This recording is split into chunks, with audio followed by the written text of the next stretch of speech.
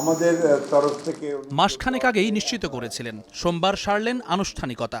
বিএনপিতে নাম লেখালেন আওয়ামী লীগের সাবেক মন্ত্রী শাহ এএমএস কিবরিয়া পুত্র ডক্টর রেজা কিবরিয়া।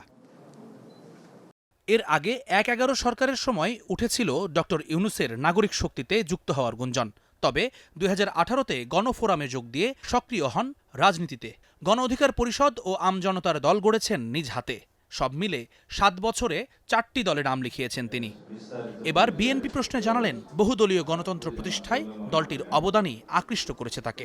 এটা একটা ঐতিহাসিক ভূমিকা। একটা দল দুইবার বহুদলীয় গণতন্ত্র রক্ষা করেছে।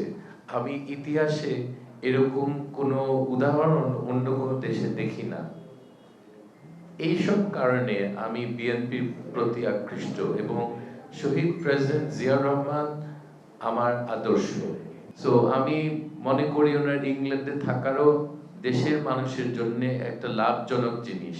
উনি অনেক কিছু নিয়ে আসবেন এই দেশে যেটা আগে ছিল না।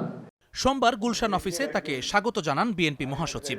এ সময় ডক্টর কিবরিয়ার মেধা ও অভিজ্ঞতা নতুন বাংলাদেশ বিনির্মাণে তারেক রহমানের হাতকে শক্তিশালী করবে বলেও আশা পোষণ করেন তিনি। আমরা ডক্টর রেজা কিবরিয়াকে স্বাগত জানাচ্ছি এবং আশা করছি যে ডক্টর রেজা কিবরিয়ার যোগদান শুধু তার এলাকা না, নির্বাচনী এলাকা নয়, সারা বাংলাদেশেই একটা প্রভাব বিস্তার করবে এবং তিনি তার মেধা দক্ষতা দিয়ে এই যে কর্মসূচি আমরা গ্রহণ করেছি, ৩১ দফা কর্মসূচি, সেই কর্মসূচির ভিত্তিতে বাংলাদেশ নির্মাণ করার ক্ষেত্রে তিনি তার ভূমিকা রাখতে পারবেন।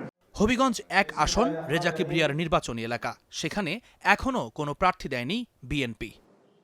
জুম্মান সাদিক, জ্যাভলিন, স্টার নিউজ, ঢাকা।